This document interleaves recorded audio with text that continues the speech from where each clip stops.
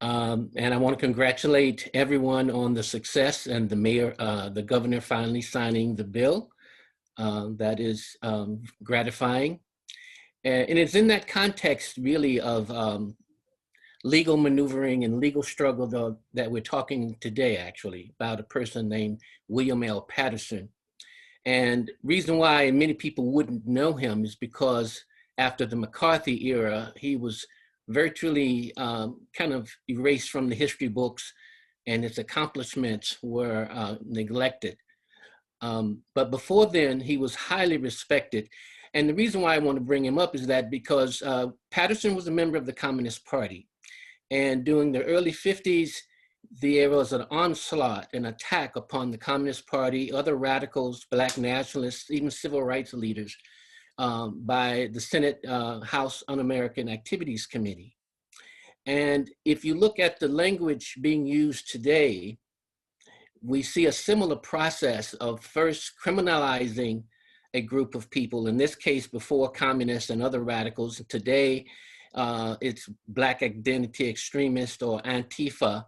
And as progressive lawyers, many of you will also fall under these categories. And so I'm trying to possibly prepare us today for possibly some of the trials and tribulations that you all who are working within the criminal justice system may have. And hopefully if you don't, you at least know the possibilities and the range in which the state can go to disrupt some of the progressive and positive activities that you're doing. I first want to put on a brief statement by Paul Robeson. Robeson was an incredibly gifted activist, orator, singer, linguist, and he was introduced to radical politics by William L. Patterson in the early 20s. And they together did a lot of incredible work in a lot of different organizations. So when you hear Paul Robeson in front of the House Un-American Activities Committee, you also can think of Patterson. And this gives you an idea of just some of the things that they had to put up with. So we're going to play this. And this is from a CD prepared by Freedom Archives, run by a good friend, Claude Marks over in the city. Please, please, please. Please answer, will you, Mr. Robeson? What is the Communist Party? Now, Do Mr. Robeson. Do I have the privilege of asking who is addressing me? I'm Richard Ahrens. What is your position? I'm director of the staff. Did you file a passport application in July 2, 1954? I have filed about 25 in the last few months. In July of 1954, were you requested to submit a non-communist affidavit? Under no conditions would I think of signing such an affidavit. It is a contradiction of the rights of American citizens. Are you now a member of the Communist Party? Oh, please, please, please. Please answer, will you, Mr. Robeson? What is the Communist Party? What do you mean by that? Are you now a member of the Communist Party? Would you like to come to the ballot box when I vote and take off the ballot and see? Mr. Chairman, I respectfully suggest the witness be directed to answer the question. You are directed to answer the question. I invoke the Fifth Amendment and forget it. I respectfully suggest the witness be directed to answer the question whether, if he gave us a truthful answer, he would be supplying information which might be used against him in a criminal proceeding. You are directed to answer, Mr. Gentlemen, Robeson. In the first place, wherever I had been in the world, the first to die in the struggle against fascism were the communists. I laid many wreaths upon the graves of communists. That is not criminal. Chief Justice Warren has been very clear that the Fifth Amendment does not have anything to do with the influence of criminality, and I invoke the Fifth Amendment. Have you ever been known under the name of John Thomas? Oh, please, does somebody here want me to put up for perjury someplace? John Thomas, my name is Paul Robeson, And anything I have to say, I have said in public all over the world, and that is why I'm here today. Mr. Chairman, I ask that you direct the witness to answer the question. He's making a speech. I ask you to affirm or deny the fact that your Communist Party name was John invoke Thomas. the Fifth Amendment. This is really ridiculous. The witness talks very loud when he makes a speech, but when he invokes the Fifth Amendment, I can't hear him. I have medals for diction. I can talk plenty loud. Will you talk a little louder? I invoke the Fifth Amendment loudly. Sir, who are Mr. and Mrs. Vladimir I Makia? invoke the Fifth Amendment. Do you know a Manning Johnson? I invoke the Fifth Amendment. Do you know Gregory Kifetz? I invoke the Fifth Amendment. Do you know a Max Jurgen? I invoke the Fifth Amendment. Max Jurgen. Why don't you took have an these oath. people here to be cross-examined? Could I ask whether this is legal? This is not only legal, but usual. By unanimous vote, this committee has been instructed to perform this very distasteful task. To whom am I talking? You're speaking to the chairman of the committee. Mr. Walter? Yes, The Pennsylvania Walter? that is right. Representative of the steel workers? That is right. And the coal mining workers? That is right. Not United States Steel by any chance.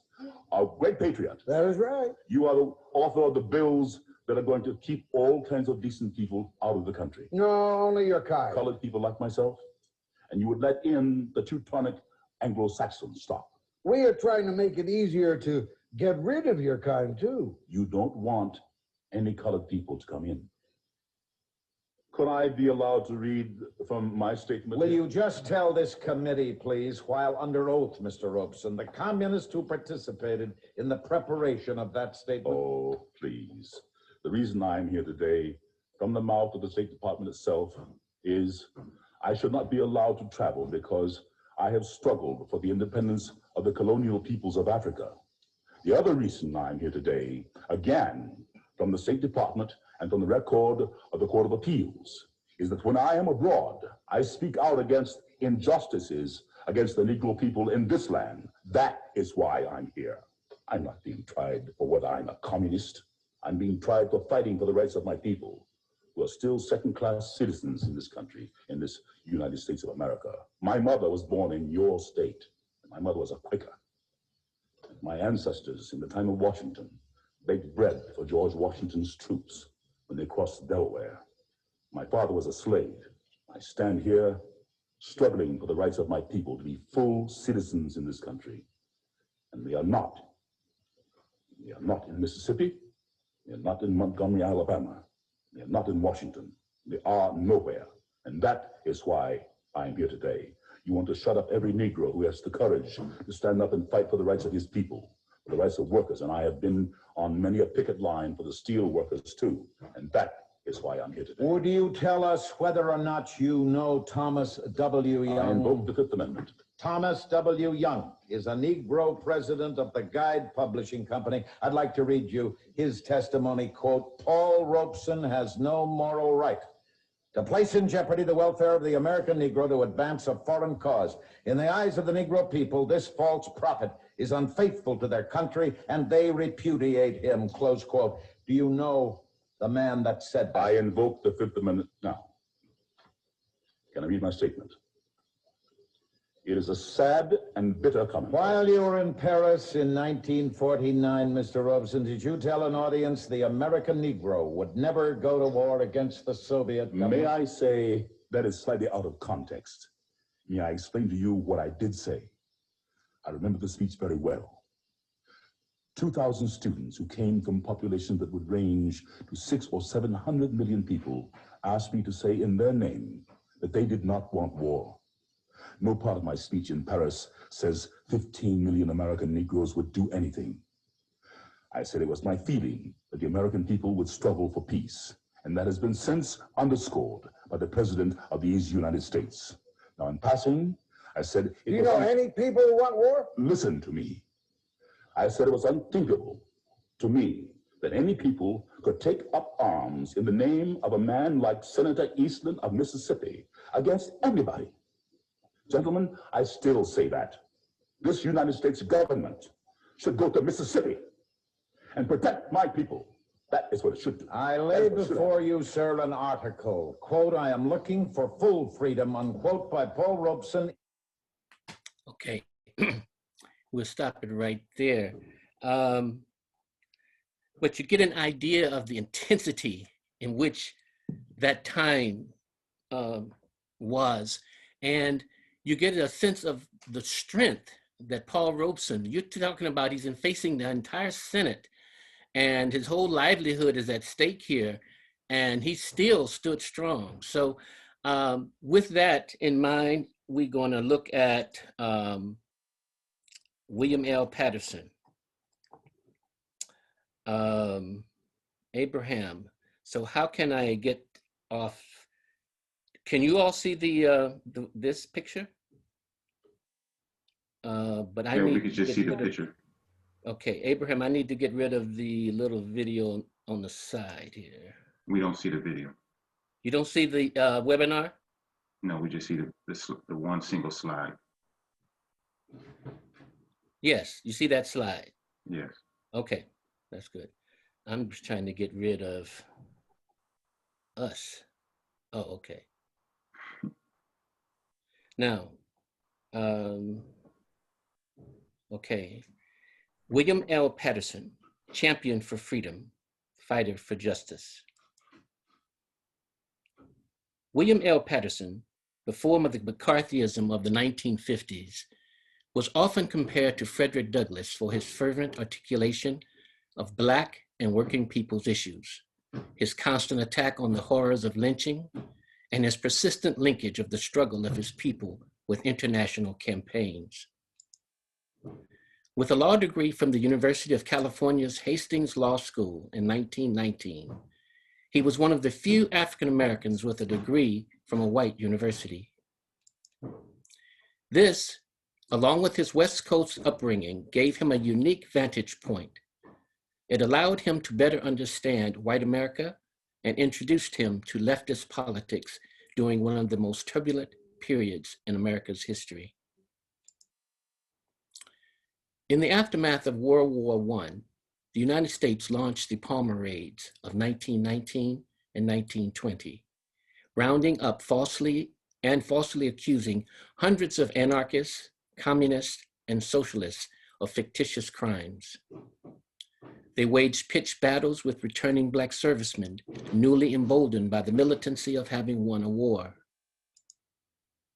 This gave Patterson a front row seat to observe, get involved, and soon become a major leader in Black and radical left circles. He was born on August 27, 1891, in San Francisco, California, situating him at the very end of Black Reconstruction and just before the dawn of a new century.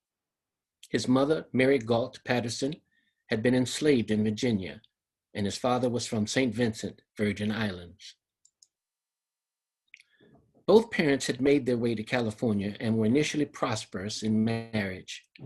His father had made a decent income smuggling Chinese immigrants to California after the Chinese Exclusion Act of 1883. It greatly diminished immigration of Asians in general, Chinese in particular. But his father, in religious fervor after becoming a Seventh-day Adventist, gave much of his money to the church, plunging Patterson, his sisters, brother, and mother into poverty. In his missionary zeal, the father, James Edward Patterson, left for Panama.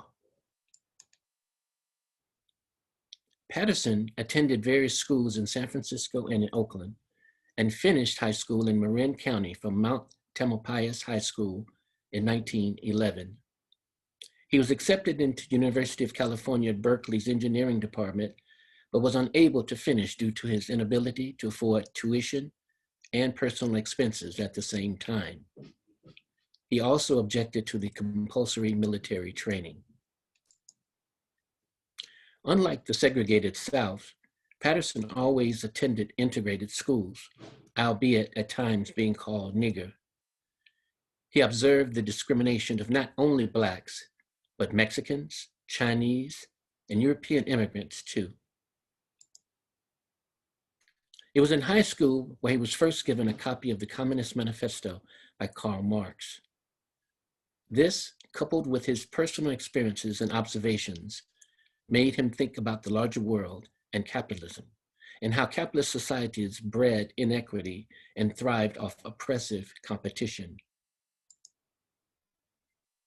Patterson began law school in 1915, and as he started reading progressive magazines like the NAACP's The Crisis, edited by Dr. W.B. Du Bois, and The Messenger, edited by Chandler Owen and A. Philip Randolph, he began to look at the intersection of race and class and the fact that by both measures, his people were on the bottom. The first radical case he got involved with was regarding Tom Mooney. Mooney, who was white, was an American Federation of Labor organizer who had been accused of bombing a parade where 9 people had died and 40 had been injured. Despite the lack of evidence, he had been sentenced to death. Although Patterson ceased to work on Mooney's case after he learned Mooney would not organize Blacks and none had been hired as streetcar drivers, it did open his eyes to the oppression of workers in general. While not as vehement as Black racism, workers too were oppressed. Around this time, Patterson met Colonel Charles Young.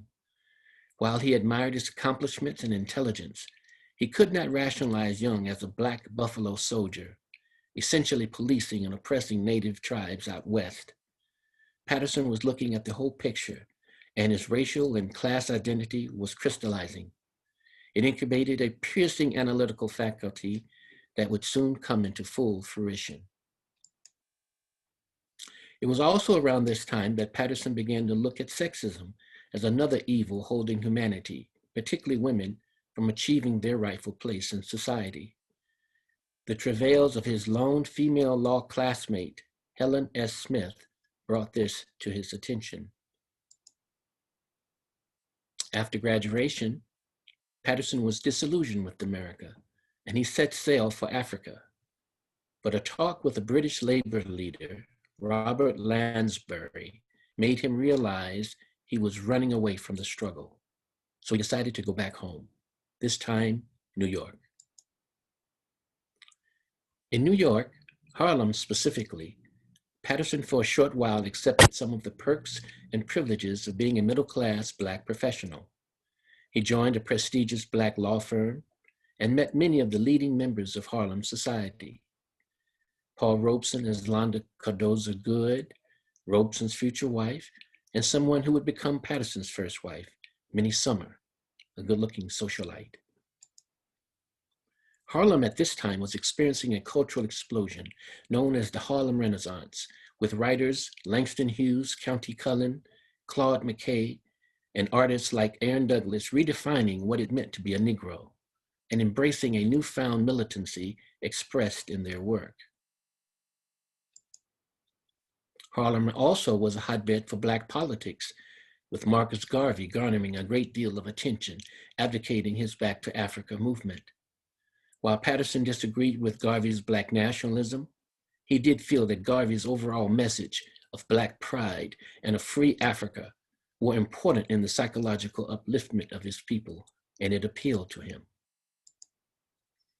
It was also around this time he met Richard B. Moore, who really introduced him to Marxist philosophy and the changes taking place in Bolshevik Russia.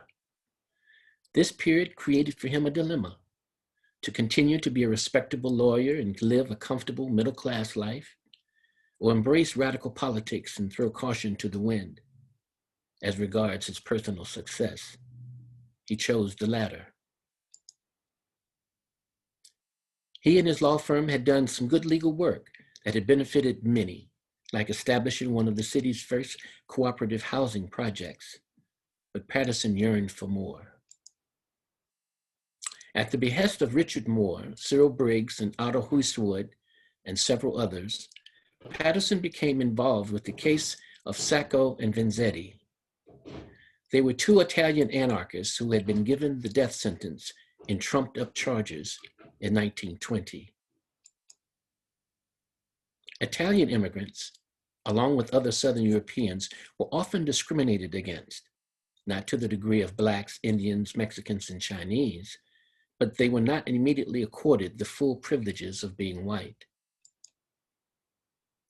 This case, more than the Mooney case, illuminated the nature of class oppression and gave Patterson his first clear example of the larger class struggle being waged worldwide.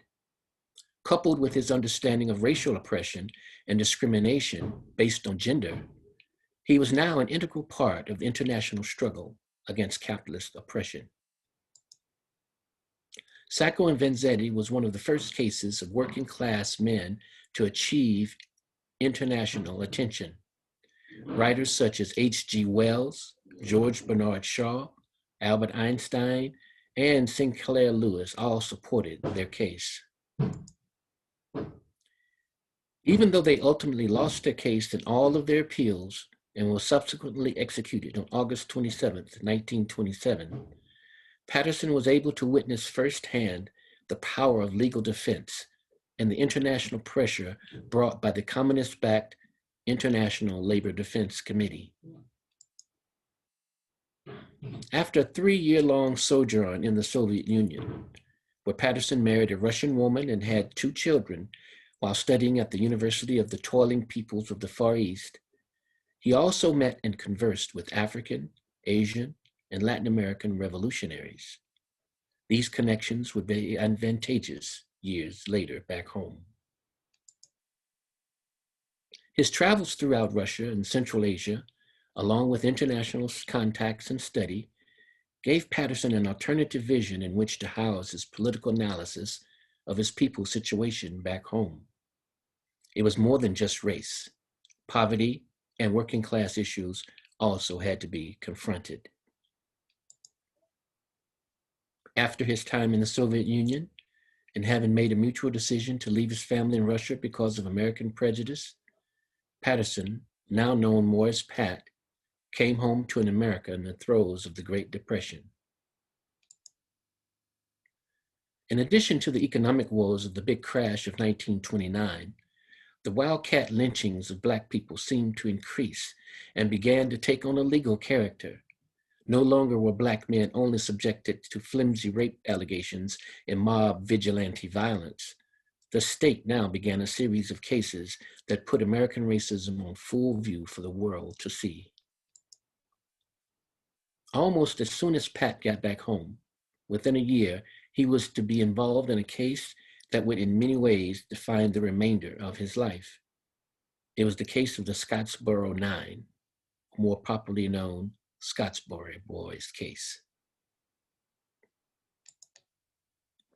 On March 25th, 1931, 9 Negro youths were dragged by a sheriff and his deputies off a 47-car freight train where they and an integrated group were hitching a ride. The group included 2 white women. There was a fight, and some white males telegraphed ahead that niggers had thrown some of their members off the train. At the next stop, they were dragged off the train, initially charged only with vagrancy. But the presence of the 2 white women complicated matters greatly, as they had had consensual sex with several men on the train. Despite no signs of rape or intercourse in the last 24 hours, the sheriff was convinced they had been raped and charged the young men of first-degree rape, which at that time carried a death penalty. One of the young women, Ruby Bates, refused to corroborate the charges. But after 4 consecutive days of badgering, she relented and joined the other woman in accusing the 9 Black youth, ages ranging from 14 to 20 years old. After the NAACP hired attorney Stephen Roddy, a known KKK member, lost the case, the ILD became involved. This is when Pat entered the picture.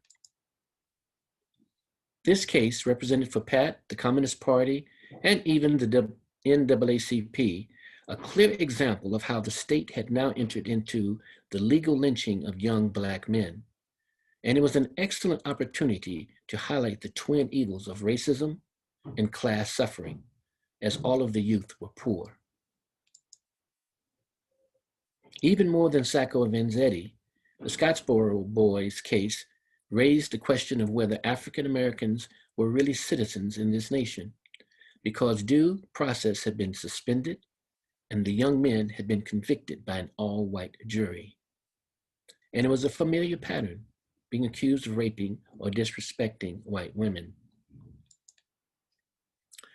Unlike the NAACP, with its tepid response and unwillingness to take on cases of the Black poor, the ILD plunged right in and made it a cause célèbre, enlisting support from all over the world. The United States was laid bare as a racist and unjust nation, just as it was emerging as a world power, and the global embarrassment was profound. Although it took a total of 17 years, the Scottsboro boys were finally acquitted, but not after serving over 50 years in prison collectively. Under Patterson's leadership, the international exposure and the obvious racism and classism permeating the entire case raised the consciousness of many working class and professional Blacks. While they did not join the party in droves, it gave Black people other ideological alternatives to the conservative Republican and Democratic politics of the day. This work solidified for Pat that the pen, his voice, his legal training, and mass mobilizing were very powerful and could be used in major efforts at integrating America from top to bottom, including professional sports. Working at alternative worker schools in which he helped set up, Pat turned his attention to integrating professional baseball. He and Paul Robeson set up a series of meetings with baseball commissioner Kennesaw Mountain Landis and William Wrigley, owner of the Chicago Cubs. While it took several meetings and other maneuvering, Jackie Robinson eventually became the first Black ball player in professional sports since the 1880s. Around this time, as the first meetings for baseball's integration were being held, Pat got married again in 1940, this time to his soulmate, Louise Thompson. Louise shared his politics, passion for dancing, art, and love of Black people. She had come to New York in 1928, armed with a degree from the University of California at Berkeley and 2 stints teaching at Southern Black colleges. She had traveled extensively overseas, including the Soviet Union, and had connections within the art world. She and Langston Hughes were close friends. The actress Bea Richards often lived with her, and her apartment was a gathering place for intellectuals, radicals, and artists alike. Pat and Louise were a radical power couple, as they both had numerous organizational affiliations. One they shared was the Civil Rights Congress, the CRC. It was through the CRC that Pat may have made his most lasting contribution. In 1951, under the auspices of the CRC, Pat, along with the Hollywood 10 writer Howard Fast and several others, delivered the incendiary document, We Charge Genocide, to an international gathering in Paris, while Paul Robeson did the same at the United Nations in New York. The title itself was unprecedented, as the term genocide had only recently been coined to describe the horrors of the Jewish Holocaust in Germany. Pat and the CRC felt it applied equally to the plight of African Americans in the United States.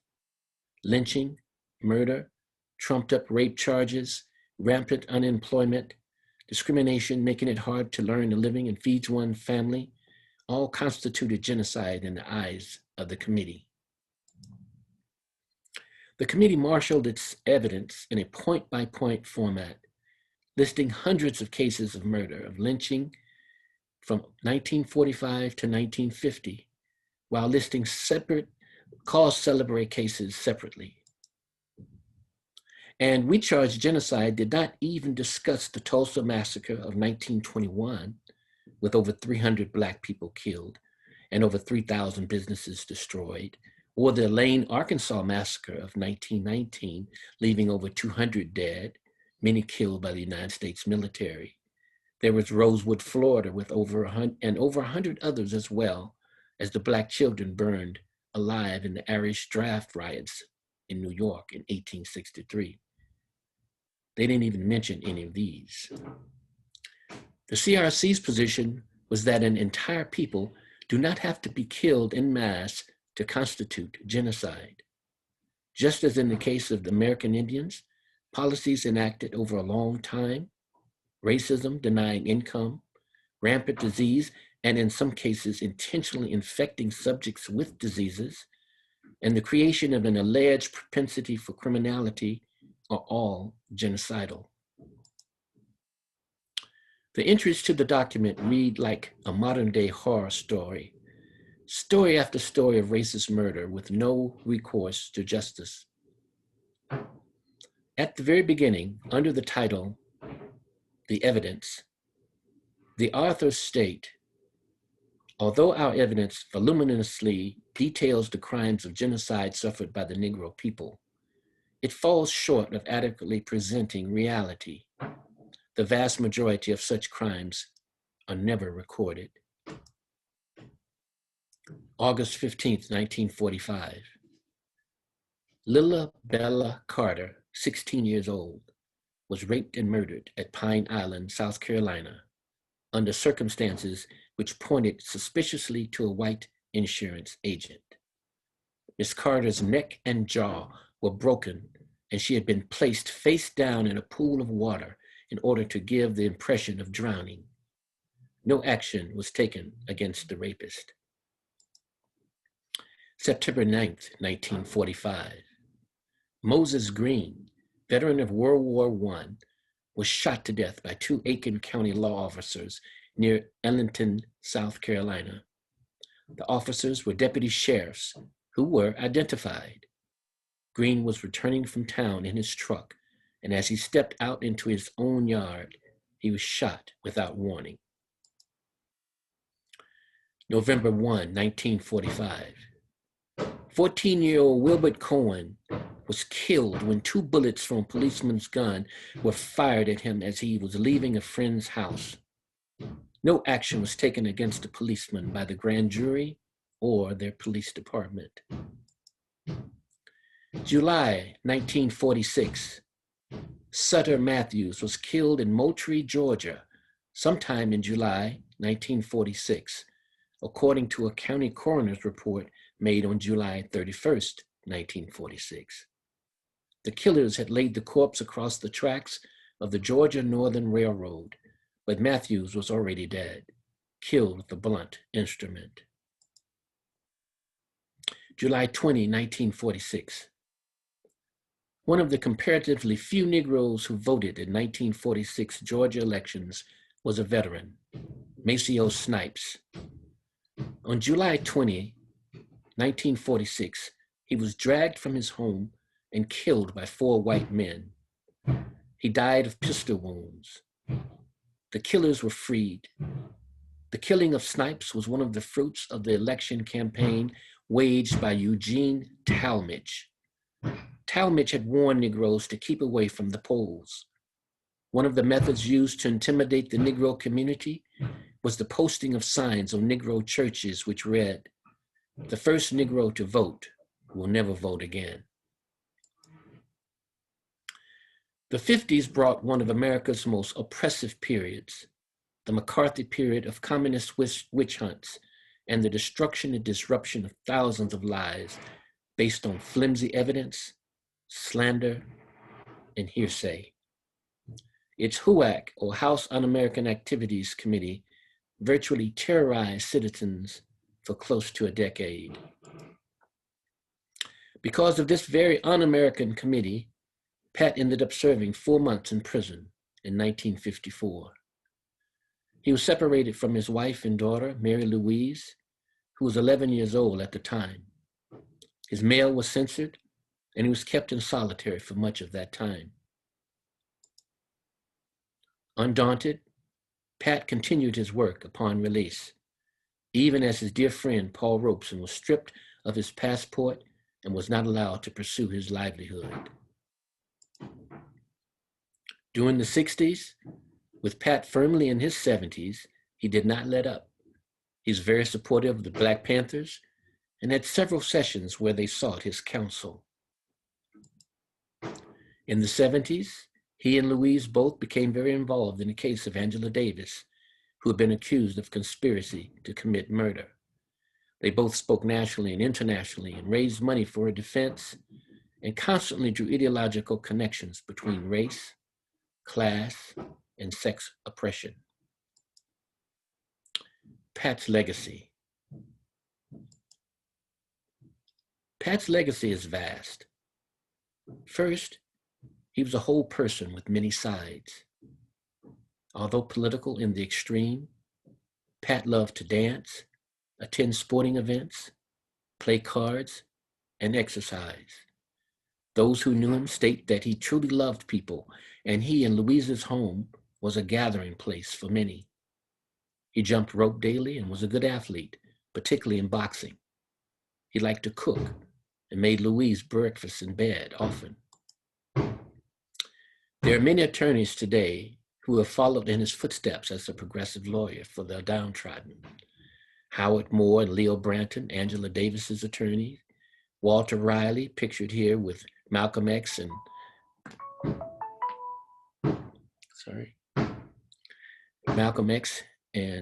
Floyd McKissick, Johnny Cochran, who was Geronimo Pratt's lawyer, Fania Davis, who helped create restorative justice for Oakland youth, Eva Patterson, who created the Equal Justice Society.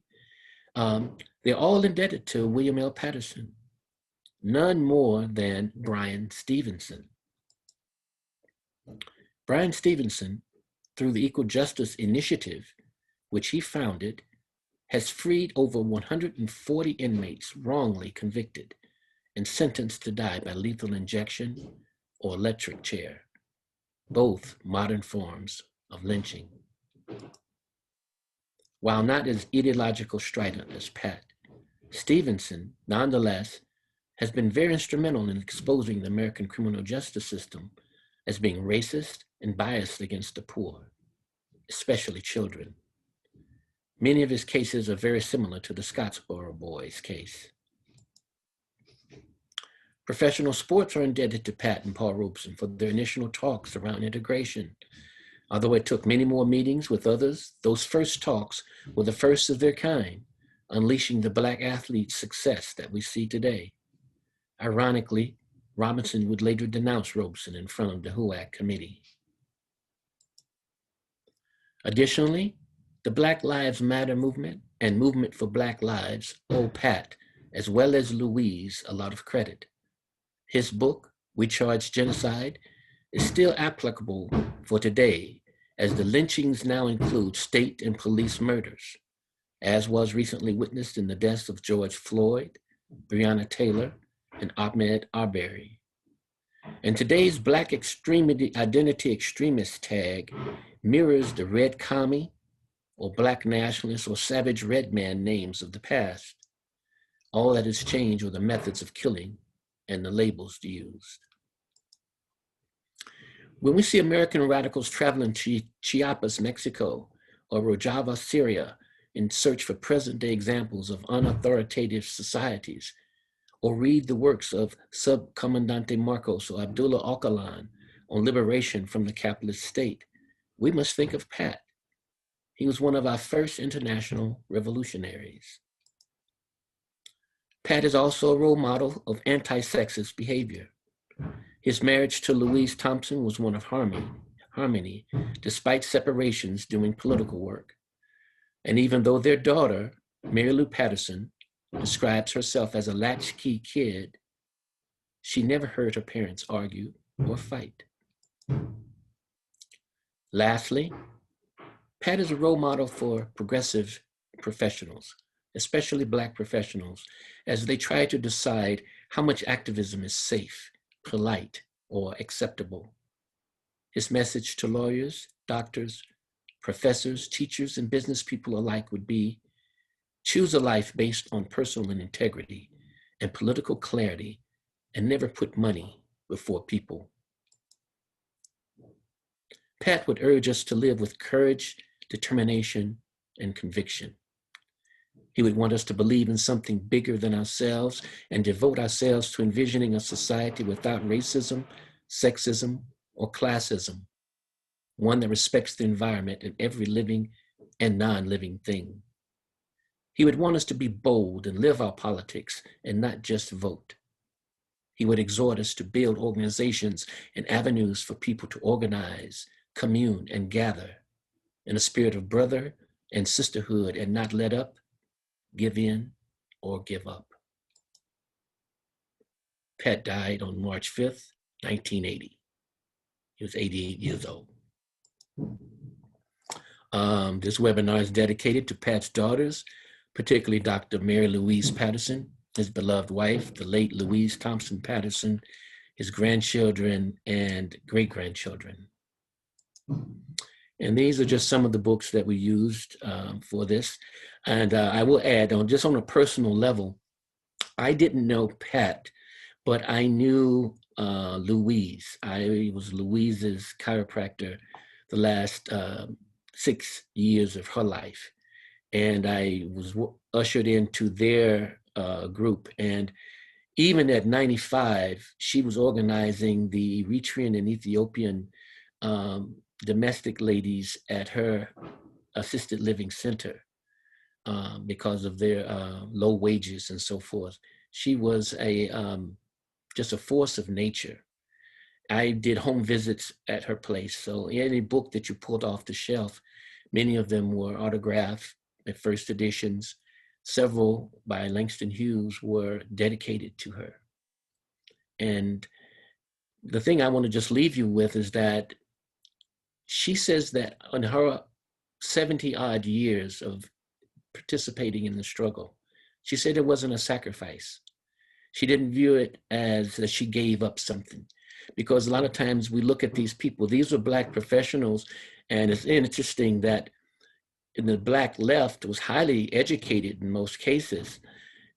These are people who could have really fattened their own nest and made a lot of money if they had taken a less radical or controversial road. And so we know that they made a sacrifice financially, but from her perspective, she didn't. She had a life of meaning. One of my fondest memories is taking her to meet her friend of 70-something years, Mrs. Thurman, Sue Bailey Thurman, the great theologian Howard Thurman's widow. Now, you picture Howard Thurman as a mystic, and he and his wife are deeply religious. Pat and Louise were agnostic at best, maybe even atheists. Yet they were a foursome that had just incredible fun together. And so it was my joy to take Mrs. Patterson, the last time she probably saw her friend, to see Mrs. Thurman years later, and they were a contrast. Louise was a spitfire, energetic, and just one of the older people who still had fire, and Mrs. Thurman was peaceful, calm, and sedate. And it showed me that you can get to 95 through a lot of routes. A lot of times we say persons should relax and be calm. And yes, the key though, can you come back from that state and be calm? But getting excited, getting fired up also lends toward longevity. So I want to stop there and thank you.